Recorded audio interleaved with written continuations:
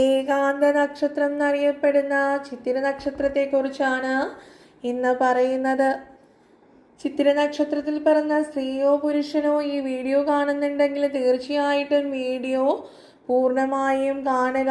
നിങ്ങൾക്ക് വളരെ ഉപകാരപ്രദമായിട്ടുള്ളതും ഇപ്പോൾ നിങ്ങൾ അനുഭവിക്കുന്ന ജീവിതത്തിലെ പ്രതിസന്ധികളെയൊക്കെ മറികടക്കുവാൻ വേണ്ടുന്ന പരിഹാരങ്ങളുമൊക്കെ ഈ വീഡിയോയിൽ നിർദ്ദേശിക്കുന്നുണ്ട്. നിങ്ങൾക്ക് വളരെ ഉപകാരപ്രദം തന്നെ ആയിരിക്കും.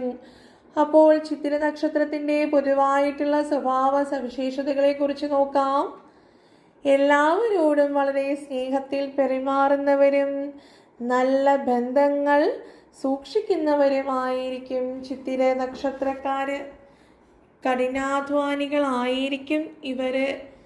ഗവൺമെൻറ് ജോലിയേക്കാളും ഇവർക്ക് പ്രിയം ബിസിനസ് ആയിരിക്കും. മാത്രമല്ല ആ ബിസിനസ്സിലൂടെ വിജയം ഇവർ കൈവരിക്കുകയും ചെയ്യും.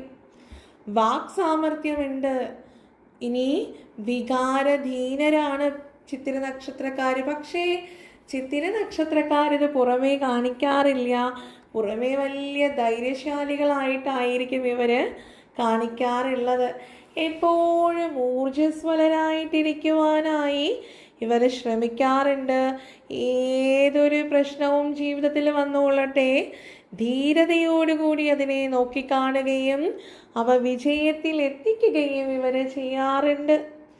ഇവർക്ക് വെറുതെ ഇരിക്കണത് തീരെ ഇഷ്ടമല്ല. മാത്രമല്ല എന്തെങ്കിലുമൊക്കെ ഇങ്ങനെ ചെയ്തുകൊണ്ടേയിരിക്കണം. ഈ നക്ഷത്രക്കാരെ അടുത്തറിയണവർക്ക് ഇത്തരം സ്വഭാവങ്ങളൊക്കെ അറിയാനുണ്ടാകും.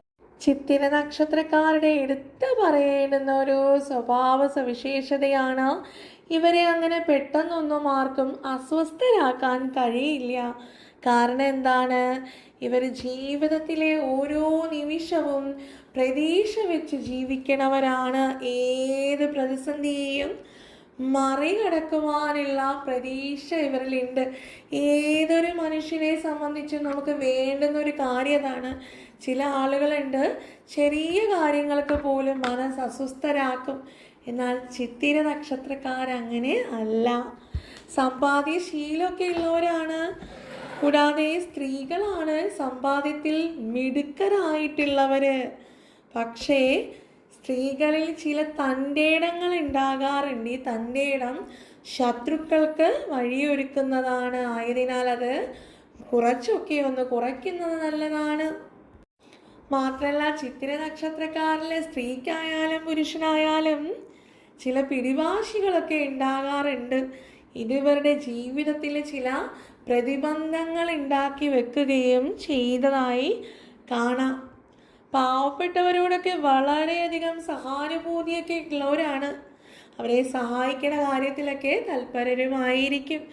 ചില സമയങ്ങളിലെങ്കിലും ഈ ചിത്തിര നക്ഷത്രക്കാര് നിരുത്തരവാദിത്വപരമായിട്ട് പെരുമാറുന്നതായിട്ട് കാണാറുണ്ട്. ഇത് നന്നല്ല. പിതാവിൽ നിന്നായിരിക്കും ഇക്കൂട്ടർക്ക് ഏറ്റവും അധികം സ്നേഹം ലഭിക്കുക. വിവാഹ ജീവിതത്തിൻ്റെ കാര്യം പറഞ്ഞാൽ നല്ല രീതിയിലുള്ള വിവാഹ ജീവിതമായിരിക്കും. പക്ഷേ ചില കലഹങ്ങൾ ഉണ്ടാകാം. ആ കലഹങ്ങൾക്ക് വഴിവെക്കണ മിക്കവാറും ചിത്തിര നക്ഷത്രക്കാർ തന്നെയായിരിക്കും. ആയതിനാൽ ബോധപൂർവം ദാമ്പത്യ ജീവിതത്തിലെ കലഹങ്ങൾ ഒഴിവാക്കുന്നത് നല്ലതാണ്. ചിത്തിര നക്ഷത്രക്കാരെ കുറിച്ച് കുടുംബത്തിൽ ഇവർ ജനിച്ചു കഴിഞ്ഞാൽ ചില പ്രതിസന്ധികളൊക്കെ ഉണ്ടാകുന്നതായിട്ട് പറയാറുണ്ട്. ചിത്തിര നക്ഷത്രക്കാരെ 2 രാശിക്കാരാണ്, കന്നിരാശിയും തുലാം രാശിയും. ആയതിനാൽ ഇവരുടെ പ്രതികൂല നക്ഷത്രങ്ങളെ കുറിച്ച് പറയുകയാണെങ്കിൽ കന്നിരാശിക്കാരുടെ നക്ഷത്രം പ്രതികൂല നക്ഷത്രം അശ്വതി, ഭരണി, കാർത്തികയുടെ മേടരാശി. ഇനി തുലാം രാശിക്കാരുടെ പ്രതികൂല നക്ഷത്രങ്ങളെ കുറിച്ച് പറയുകയാണെങ്കിൽ കാർത്തികയുടെ ഇടവരാശി, രോഹിണി, മകയിരത്തിൻ്റെ ഇടവരാശി എന്നിവയാണ്. മാത്രമല്ല വിശാഖം, തൃക്കേട്ട, പൂരാടം എന്നീ നക്ഷത്രങ്ങളിൽ കൂട്ടർക്ക് മൂവഞ്ചേഴാം നാളാകിയാൽ ഈ നക്ഷത്രക്കാരുമായിട്ടുള്ള ബന്ധങ്ങളും നന്നാവില്ല. അപ്പോൾ ഈ പ്രതികൂല നക്ഷത്രങ്ങൾ വരുന്ന ദിനങ്ങൾ നിങ്ങൾ ശുഭകരമായിട്ടുള്ള കാര്യങ്ങൾക്ക് ഒഴിവാക്കുക. കൂടാതെ ഈ നക്ഷത്രക്കാരുമായിട്ടുള്ള സാമ്പത്തികമായിട്ടുള്ള ഇടപാടാണെങ്കിലും സംരംഭങ്ങളാണെങ്കിലും മറ്റ് ശുഭകരമായിട്ടുള്ള ബന്ധങ്ങളാണെങ്കിലും ഒഴിവാക്കുകയാണ് നല്ലത്. കാരണം എന്താണ്? പിൽക്കാലത്ത് ഇവയൊക്കെ ദോഷമായിരിക്കും ഫലം ഉണ്ടാക്കുക.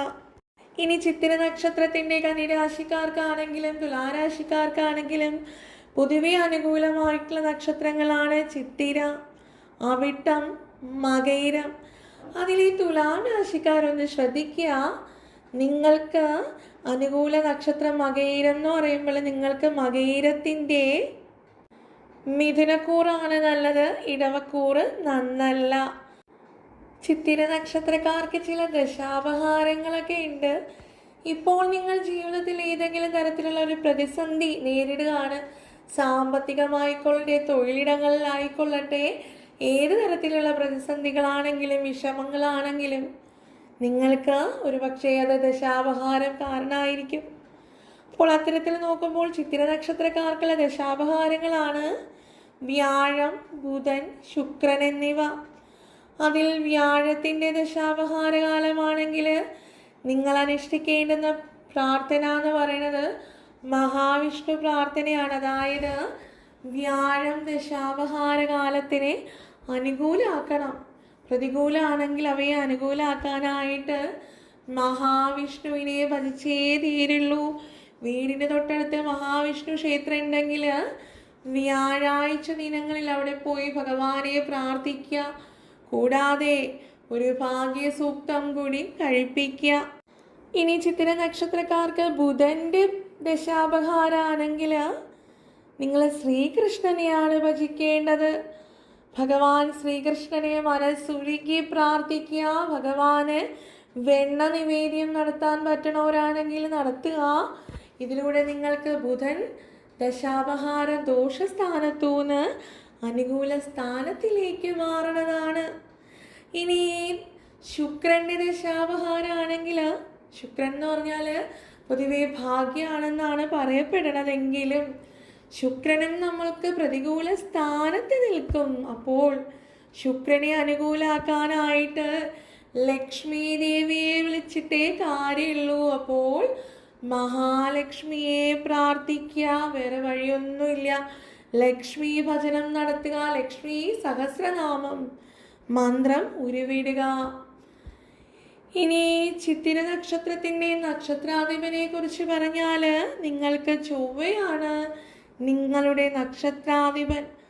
ആകയാൽ സ്വന്തം നക്ഷത്രാധിപനെ പ്രീതിപ്പെടുത്താൻ നിങ്ങൾ സുബ്രഹ്മണ്യ ക്ഷേത്ര ദർശനം നടത്തണം. അതിനിപ്പോൾ ദശാപഹാര സമയത്തല്ല, പൊതുവെ എപ്പോഴാണെങ്കിലും നമ്മളിപ്പോൾ ജീവിതത്തിൽ പ്രധാനപ്പെട്ട ഒരു കാര്യം ചെയ്യാൻ ഇറങ്ങുമ്പോൾ ഒന്ന് സുബ്രഹ്മണ്യ ക്ഷേത്രത്തിൽ പോയി ഭഗവാനെ മനസ്സുരുക്കി പ്രാർത്ഥിച്ചു കൊണ്ടൊരു പനിനീരഭിഷേകം നടത്തിയിട്ട് ഇറങ്ങി പുറപ്പെടൂ. നിങ്ങൾക്ക് വിജയം ഉറപ്പാണ്. ഇനി ചിത്തിര നക്ഷത്രത്തിൻ്റെ കന്നിക്കൂറുകാർ പ്രത്യേകം ശ്രദ്ധിക്കണം. നിങ്ങൾ ശ്രീകൃഷ്ണ ഭജനം നടത്തണം. അതിനിപ്പോൾ ബുധൻ്റെ ദശാപഹാരം അല്ലാന്നുണ്ടെങ്കിലും നിങ്ങൾ ശ്രീകൃഷ്ണ ഭജനം നടത്തിയേ മതിയാകുള്ളൂ. അതുപോലെ തന്നെ ചിത്തിര നക്ഷത്രത്തിൻ്റെ തുലാം കൂറുകാരാണെങ്കിൽ നിങ്ങൾ ദേവീ ഭജനം, ഭഗവതി ക്ഷേത്രത്തിൽ പോയിട്ട് ദേവിയെ പ്രാർത്ഥിക്കുക, മന്ത്രോച്ചാരണങ്ങൾ നടത്തുക. ഇതും നിങ്ങൾക്ക് നല്ലതാണ്. ഇനിയിപ്പോൾ ചിത്തിര നക്ഷത്രത്തിൻ്റെ നക്ഷത്ര ദേവതയെക്കുറിച്ച് പറയുകയാണെങ്കിൽ നിങ്ങളുടെ നക്ഷത്ര ദേവത എന്ന് പറഞ്ഞാൽ സ്രഷ്ടാവാണ്. അതായത് നിങ്ങളുടെ മൂലമന്ത്രം എന്ന് പറയുന്നത് ഓം വിശ്വകർമ്മണേ നമഃ. പ്രപഞ്ച സൃഷ്ടാവ് എന്നറിയപ്പെടുന്ന വിശ്വകർമാവിനെ പ്രാർത്ഥിക്കുകയാണ് വേണ്ടത്. ചിത്തിര നക്ഷത്രം അസുരഗണത്തിലുള്ളവരാണ്. നിങ്ങളുടെ മൃഗം എന്ന് പറയുന്നത് ആൾപുലിയാണ്, പക്ഷി എന്ന് പറയുന്നത് കാക്കയാണ്, വൃക്ഷം കൂവളമാണ്. ഇവയെ ഒന്നും ഉപദ്രവിക്കാതിരിക്കുവാനായിട്ട് പ്രത്യേകം ശ്രദ്ധിക്കണം.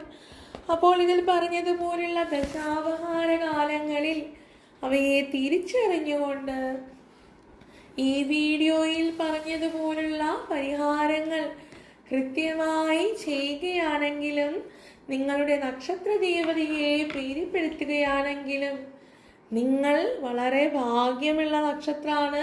ആ ഭാഗ്യങ്ങളൊക്കെ തന്നെ നിങ്ങൾക്ക് ലഭിക്കും. പറഞ്ഞതുപോലെ ബിസിനസ് പോലുള്ള മേഖലയിലൊക്കെ വലിയ വലിയ ഉയർന്ന സ്ഥാനങ്ങളിലേക്കൊക്കെ നിങ്ങൾ എത്തപ്പെടും. സമ്പാദ്യം കുമിഞ്ഞുകൂടും. അപ്പോൾ ഇതിനൊക്കെയും ഈശ്വരാനുഗ്രഹം വേണം. ദൈവത്തെ മുറുകെ തന്നെ പ്രാർത്ഥിക്കുക, വിളിക്കുക. അപ്പോൾ ഇത്രയുമൊക്കെയാണ് ചിത്തിര നക്ഷത്രക്കാരെ കുറിച്ച് പറയുവാനായിട്ടുള്ളത്. ഉടനെ തന്നെ ചോദ്യ നക്ഷത്രവുമായി കാണാമെന്നുള്ള പ്രതീക്ഷയോടുകൂടി നിർത്തുന്നു. എല്ലാവരെയും ഈശ്വരൻ അനുഗ്രഹിക്കട്ടെ എന്നുള്ള പ്രാർത്ഥനയോടുകൂടി നന്ദി, നമസ്കാരം.